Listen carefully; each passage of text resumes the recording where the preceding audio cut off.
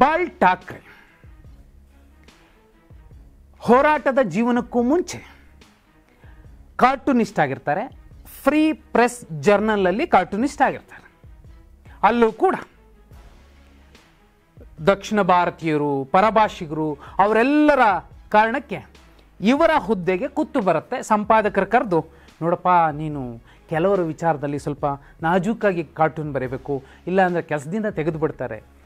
ತಕ್ಷಣ ಅವರು ಒಂದು ಕಾರ್ಟೂನ್ ಅಲ್ಲೇ ಗೀಚುತ್ತಾರೆ. ಆ ಸಂಪಾದಕನ ಹಿಂದೆ ಇರುವಂತಹ ಜಾಗಕ್ಕೆ ಜಾಡ್ಸ್ ಒದೆಯೋ ಥರದ್ದು, ಅದು ಅವರು ಒದೆಯೋದು. ಆ ಕಾರ್ಟೂನ್ ಬರೆದ್ಬಿಟ್ಟು, ಇದು ನನ್ನ ರೆಸಿಗ್ನೇಷನ್, ರಾಜೀನಾಮೆ, ನಾನು ನಾಳೆಯಿಂದ ಬರಲ್ಲ, ಎದ್ದೋಗ್ತಾರೆ. ಬಾಳ್ ಠಾಕ್ರೆ ಅನ್ನುವಂತಹ ಕಿಡಿ ಹೇಗೆ ಹೊರತಸತ್ತೆ ಅನ್ನೋದಕ್ಕೆ ಒಂದು ಸಾಕ್ಷ್ಯ ಅದು. ಸಿನಿಮಾದಲ್ಲೂ ಕೂಡ ಅದಿದೆ, ಸಾಕಷ್ಟು ಪುಸ್ತಕಗಳಲ್ಲೂ ಕೂಡ ಈ ವಿಚಾರವನ್ನು, ಈ ಸಂಗತಿಯನ್ನು ಉಲ್ಲೇಖ ಮಾಡಲಾಗಿದೆ. ದಕ್ಷಿಣ ಭಾರತೀಯರು ಸೆಟೆದು ನಿಂತರೆ, ತಮ್ಮ ಸ್ವಾಭಿಮಾನಕ್ಕೆ ಧಕ್ಕೆ ಬಂದಾಗ, ಆತ್ಮಗೌರವಕ್ಕೆ ಧಕ್ಕೆ ಬಂದಾಗ ಎದ್ದು ನಿಲ್ಲುವ ರೀತಿ, ನೀತಿ, ರಿವಾಜು ಹೇಗಿರುತ್ತೆ ಅಂದರೆ ಠಾಕ್ರೆ ಥರ ಇರುತ್ತೆ. ನೀವು ಅವರೊಬ್ಬರನ್ನೇನಾ, ಸಾರೆಕೊಬ್ಬ ಬಂಗಾರಪ್ಪ ಅವರು, NTR ಅವರು, ಜಯಲಲಿತಾ, ಈ ಕಡೆ ಪಿಣರಾಯಿ ವಿಜಯನ್, ಸ್ಟಾಲಿನ್, ಎಲ್ಲರೂ ಕೂಡ ಅವರ ಆತ್ಮಗೌರವಕ್ಕೆ ಧಕ್ಕೆ ಬಂದಾಗ ಸಿದ್ದರಾಮಯ್ಯ ಯಾವ ರೀತಿ ಕೇಂದ್ರದ ಜೊತೆಯಲ್ಲಿ, ಕೇಂದ್ರ ಸರ್ಕಾರದ ಜೊತೆಯಲ್ಲಿ ಹಿಂದಿ ವಾಲರ ಎದುರಲ್ಲಿ ಅಬ್ಬರಿಸ್ತಾರೆ ಅನ್ನೋದಕ್ಕೆ ಇವೆಲ್ಲ ಸಾಕ್ಷಿಗಳು. ಈ ಕತೆ ಹೇಳೋದಕ್ಕೊಂದು ರೀಸನ್ ಇದೆ.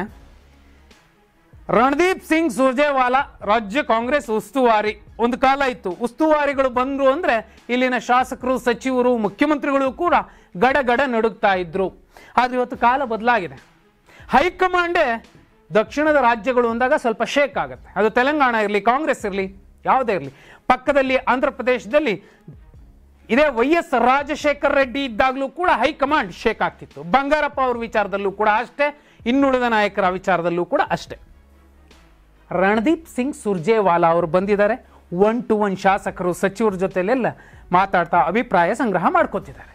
ಆದರೆ ಇಬ್ಬರು ನಾಯಕರು ಪದೇ ಪದೇ ಹೇಳಿದ್ದಾರೆ, ನೀವು ನಾಳೆ ಬನ್ನಿ, ನಾಡಿದ್ದು ಬನ್ನಿ, ಅವ್ರನ್ನ ಕರೆಸಿ ಅಂತ ಖುದ್ದು ಆಹ್ವಾನ ಕೊಟ್ಟಿದ್ದಾರೆ. ಯಾರು? ರಣದೀಪ್ ಸಿಂಗ್ ಸುರ್ಜೇವಾಲಾ ಅವರು, ಉಸ್ತುವಾರಿಗಳು.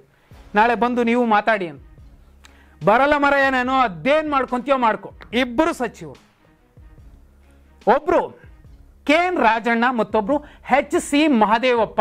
ನಾನು ಬರೋಕ್ಕಾಗಲ್ಲ, ಏನಾದರೂ ಮಾಡ್ಕೊಳ್ಳಿ, ನಾನು ಬರಲ್ಲ, ನಿಮ್ಮ ಅಭಿಪ್ರಾಯಕ್ಕೂ ನನಗೂ ಸಂಬಂಧವೇ ಇಲ್ಲ, ಮನ್ನಣೆನೇ ಇಲ್ಲ ಅನ್ನುವ ರೀತಿಯಲ್ಲಿ KN ರಾಜಣ್ಣ ಅವರು ಬುಧವಾರ ಹೋಗ್ಬೇಕಿತ್ತು, ಸುರ್ಜೇವಾಲಾ ಅವ್ರ ಮುಂದೆ ಕೂರ್ಬೇಕಿತ್ತು.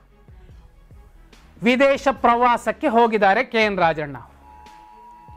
ಕಾಂಗ್ರೆಸ್ನಲ್ಲಿ ಒಂದು ಫೈರ್ ಬ್ರಾಂಡ್ ಅಥವಾ ಒಂದು ಸಿಡಿತಲೆ ಅಥವಾ ಮಿಸೈಲ್ ಅಂತಿದ್ರೆ ಸಿದ್ದರಾಮಯ್ಯ ಬಣದ್ದು ಅದು KN ರಾಜಣ್ಣ. ಯಾಕೆ ಈ ಮಾತನ್ನು ಹೇಳಿದ್ರು? ಈ ಕಡೆ HC ಮಹದೇವಪ್ಪ ಅವರು ಸಿದ್ದರಾಮಯ್ಯ ಬಣದ ಒಂದು ಥಿಂಕ್ ಟ್ಯಾಂಕ್ ಅಂತಲೇ ಗುರುತಿಸಿಕೊಂಡವರು. JDS ಅಲ್ಲಿದ್ದರು. 1985ರಲ್ಲಿ ಜನತಾ ಪಾರ್ಟಿಯಿಂದ ಟಿ ನರಸೀಪುರ ಶಾಸಕರಾದರು. 94ರಲ್ಲಿ ಮತ್ತೆ ಟಿ ನರಸೀಪುರದಿಂದ JDS ಇಂದ ಆಯ್ಕೆ ಆದರು. ದೇವೇಗೌಡರ ಸಂಪುಟದಲ್ಲಿ ಮಿನಿಸ್ಟರ್ ಆದರು. 2004ರಲ್ಲಿ ಮತ್ತೆ ಗೆದ್ದರು.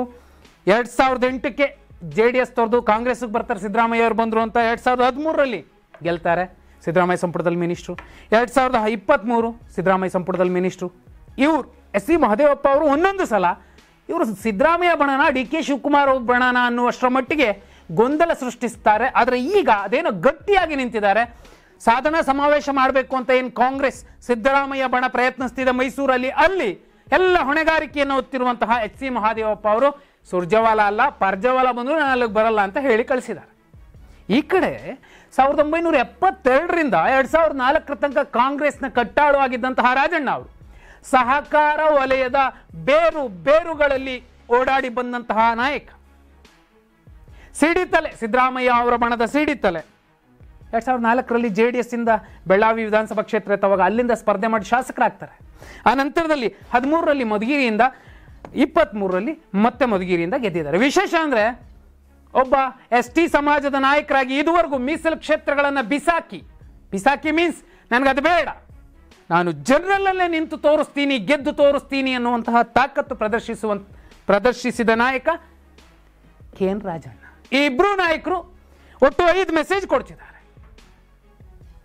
ಡೋಂಟ್ ಕೇರ್ ಸಂದೇಶ. ಹೋಗ್ರಿ, ಏನ್ ಬೇಕಾದ್ರೂ ಮಾಡ್ಕೊಳ್ಳಿ. ಫಸ್ಟ್ ಆಫ್ ಆಲ್, ನೀವು ಶಾಸಕಾಂಗ ಪಕ್ಷದ ನಾಯಕನನ್ನ ಪಕ್ಕದಲ್ಲಿ ಕೂರಿಸ್ಕೊಳ್ತಿದ್ದಂಗೆ ನೀವು ಶಾಸಕರನ್ನ ಕರೆಸಿ ಸಭೆ ಮಾಡ್ತೀರಿ ಅಂದ್ರೆ ನೀವು ಯಾವ ಸೀಮೆಯ ಪಕ್ಷದ ಸಂವಿಧಾನವನ್ನ ಪಾಲಿಸ್ತಿದ್ದೀರಿ? ಡೋಂಟ್ ಕೇರ್, ನಾವು ತಲೆ ಕೆಡಿಸ್ಕೊಳ್ಳಲ್ಲ, ಏನ್ ಬೇಕಾದ್ರೂ ಮಾಡ್ಕೊಳ್ಳಿ. ಒಂದನೇ ಸಂದೇಶ. ಎರಡನೇದ್ದು, ನಾವು ಸುಮ್ಮನಿರಲ್ಲ, ನೀವು ಮಾಡ್ತಿರುವಂಥದ್ದು ಸರಿಯಲ್ಲ. ಬೇಕಂತಲೇನೆ 101 ಜನ, 113 ಜನ, 123 ಜನ, 136 ಜನ ಕರೆಸಿ ಕೂತ್ಕೊಂಡು ಸಮಸ್ಯೆ ಬಗೆಹರಿಸೋ ಬದಲು ಮುಖ್ಯಮಂತ್ರಿ ಬದಲಾವಣೆ ಮಾಡಿದ್ರೆ ಹೇಗಿರುತ್ತೆ ಅಂತ ಪ್ರಶ್ನೆ ಕೇಳ್ತಿದ್ದೀರಲ್ಲ, ನಿಮ್ಮ ನಡೆನೇ ಸರಿ ಇಲ್ಲ. ರಾಜ್ಯ ಕಾಂಗ್ರೆಸ್ನಲ್ಲಿ ಉದ್ಭವಿಸಿರುವಂತಹ ಸಮಸ್ಯೆಗೆ, ಸಂಕಷ್ಟಕ್ಕೆ, ಜಟಿಲತೆಗೆ ಕಾರಣ ಸುರ್ಜೇವಾಲಾ ಅಂತ ಈಗಾಗಲೇ ಒಂದು ಸುತ್ತಲ್ಲಿ ಜೋರಾಗಿ ಹೇಳ್ತಿದೆ ಸಿದ್ದರಾಮಯ್ಯ ಬಣ. ಡಿ.ಕೆ. ಶಿವಕುಮಾರ್ ಅವರು ಆರಾಮಾಗಿದ್ರು, ಸಿದ್ದರಾಮಯ್ಯ ಅವರು ಆರಾಮಾಗಿದ್ರು. ಅನಗತ್ಯವಾದಂತಹ ಪ್ರಶ್ನೆಯನ್ನ ಎತ್ತಿ ಸಮಸ್ಯೆಯನ್ನ ಹುಟ್ಟಿಸಿರುವಂಥದ್ದು ಸುರ್ಜೇವಾಲಾ ಅನ್ನುವಂತಹ ಸಂದೇಶವನ್ನ ಕೊಡ್ತಿದ್ದಾರೆ, ದಂಗೆಯ ಸುಳಿವನ್ನ ಕೊಡ್ತಿದ್ದಾರೆ ಈ ಇಬ್ಬರು ನಾಯಕರು. ಅಷ್ಟೇ ಅಲ್ಲ, ಇನ್ನೂ ಒಂದು ಲೆಕ್ಕಾಚಾರ ಬರುತ್ತೆ. ಹೇಗಿದ್ರು ನಮ್ಮನ್ನು ಕಿತ್ತಾಕ್ತಿರಲ್ವಾ, ಕಿತ್ತಾಕಳ್ರಿ, ಅದಕ್ಕೆ ನಾವು ಬರಲ್ಲ. ಕಿತ್ತು ಹಾಕೋ ಕ್ಲಾರಿಟಿ, ಸಂಪುಟದಿಂದ ಕಿತ್ತು ಹಾಕುವಂತಹ ಸಾಧ್ಯತೆಗಳಿದೆ ಅನ್ನೋ ಚರ್ಚೆ ಮಾಧ್ಯಮಗಳಲ್ಲೂ ಬರ್ತಿದೆ. ಹೈಕಮಾಂಡ್ ಕೂಡ ಇಂತಹ ಧೋರಣೆ ತೋರಿಸಿದಾಗ ನಾಯಕರನ್ನ, ಸೀನಿಯರ್ ಲೀಡರ್ಸ್ ಇಬ್ರು ಕೂಡ ಕಿತ್ತು ಹಾಕಬೇಕಾ ಬೇಡವಾ ಅನ್ನುವಂತಹ ಆತಂಕದಲ್ಲಿ ಯೋಚನೆ ಮಾಡುತ್ತೆ. ಹೇಳಿ ಕೇಳಿ ಸಿದ್ದರಾಮಯ್ಯ ಅವರ ಬಣದವರು. ಇನ್ನೂ ಒಂದು ಬಹುಮುಖ್ಯ ವಿಚಾರ, 4ನೇ ಸಂದೇಶ. ನೀವು ನಮ್ಮ ಅಹಿಂದ ನಾಯಕ ಸಿದ್ದರಾಮಯ್ಯನಿಗೆ ಅಪಮಾನ ಮಾಡ್ತಿದ್ದೀರಿ, ಆ ಕಾರಣಕ್ಕೋಸ್ಕರ ನಾವು ನಿಮ್ಮನ್ನ ಧಿಕ್ಕರಿಸ್ತಿದ್ದೀವಿ, ನಿಮಗೆ ಸಹಕಾರ ಕೊಡೋದಿಲ್ಲ, ಅಸಹಕಾರ ಚಳುವಳಿ ಮಾಡ್ತಿದ್ದೀವಿ ಅನ್ನೋ ಸಂದೇಶಕ್ಕೆ ಇಬ್ರು ಕೂಡ ಸುರ್ಜೇವಾಲಾ ಅವರ ಬಳಿ ಬರ್ತಿಲ್ಲ. 5ನೇದ್ದು ಬಹುಮುಖ್ಯವಾದಂತಹ ವಿಚಾರ. ಒಂದು ವೇಳೆ ಹೈಕಮಾಂಡ್ ಇಬ್ಬರನ್ನು ಕಿತ್ತಾಕಿದ್ರೆ, ಮೇಲ್ನೋಟಕ್ಕೆ ಸುರ್ಜೇವಾಲಾ ಅವರ ಬಳಿ ಇವರಿಬ್ರು ಹೋಗಿಲ್ಲಪ್ಪ, ಆ ಕಾರಣಕ್ಕೋಸ್ಕರ ಕಿತ್ತಾಕಿದ್ದಾರೆ ಅಂದ್ರೆ, ದಮನಿತ, ದಲಿತ, ಶೋಷಿತ ನಾಯಕರನ್ನ ಇವರು ಕಿತ್ತಾಕಿದ್ರು ಅನ್ನುವಂತಹ ಕಳಂಕ ಹೈಕಮಾಂಡ್ಗೂ ಬರುತ್ತೆ. ಸುರ್ಜೇವಾಲಾ ಅವರ ಕೆಂಗಣ್ಣಿಗೆ ಗುರಿಯಾಗಿ ಜಾಟ್ ಅನ್ನುವಂತಹ ಮೇಲ್ವರ್ಗದ ಸಮುದಾಯದ ನಾಯಕ ಸುರ್ಜೇವಾಲಾ ಅವರ ಕೆಂಗಣ್ಣಿಗೆ ಗುರಿಯಾಗಿ HC ಮಹದೇವಪ್ಪ ಮತ್ತು KN ರಾಜಣ್ಣ ಅವರು ತಮ್ಮ ಪೋಸ್ಟ್ ಕಳ್ಕೋಬೇಕಾಯ್ತು ಅನ್ನುವಂತಹ ಒಂದು ಮೆಸೇಜ್ ಕೂಡ ಕೊಟ್ಟಂತಾಗತ್ತೆ. ಅಲ್ಲಿಗೆ ರಾಜಣ್ಣ ಅನ್ನುವಂತಹ ಸಿದ್ದರಾಮಯ್ಯ ಬಣದ ಸಿಡಿತಲೆ, ಯಾಕಂದ್ರೆ ಅವ್ರಿಗೆ ಇನ್ನೂ ಒಂದು ಆಪ್ಷನ್ ಬರುತ್ತೆ, ನನ್ನ ವಿರುದ್ಧ ಹನಿ ಟ್ರಾಪ್ ಮಾಡೋದಕ್ಕೆ ಪ್ರಯತ್ನಿಸಿದ್ರು ಅನ್ನುವಂತಹ ಒಂದು ಅಂಶ ಇತ್ತಲ್ಲ, ಅಧಿವೇಶನದ ಒಳಗಡೆ ಹೇಳಿದಂತಹ ಹೇಳಿಕೆ ಇತ್ತಲ್ಲ, ಅದು ಸಿದ್ದರಾಮಯ್ಯ ಅವರನ್ನು ಈ ಕ್ಷಣಕ್ಕೂ ಕಾಪಾಡ್ತಿದೆ. ಇದೇ ರಾಜಣ್ಣ ಅವರನ್ನು ಕೂಡ ಕಾಪಾಡುವಂತಹ ಸಾಧ್ಯತೆ ನಿಚ್ಚಳವಾಗಿದೆ. ವಿಶೇಷ ನೋಡಿ, ಅದು ವಾಸ್ತವನೋ ಕಾಕತಾಳೀಯನೋ, ಹೊರಗಿನಿಂದ ಬಂದು ಸೇರ್ಕೊಂಡವರಿಂದ ಈಗ ಮೂಲ ಕಾಂಗ್ರೆಸ್ಸಿಗರಿಗೆ ಸಮಸ್ಯೆ ಆಗ್ತಿದೆ. ಇಬ್ರು ಅಷ್ಟೇ. ರಾಜಣ್ಣ ಒಂದು ಕಾಲ ಕಾಂಗ್ರೆಸ್ ಇದ್ರು, ಜನತಾದಳಕ್ಕೆ ಹೋದ್ರು, ಮತ್ತೆ ಕಾಂಗ್ರೆಸ್ಗೆ ಬಂದಿದ್ದಾರೆ.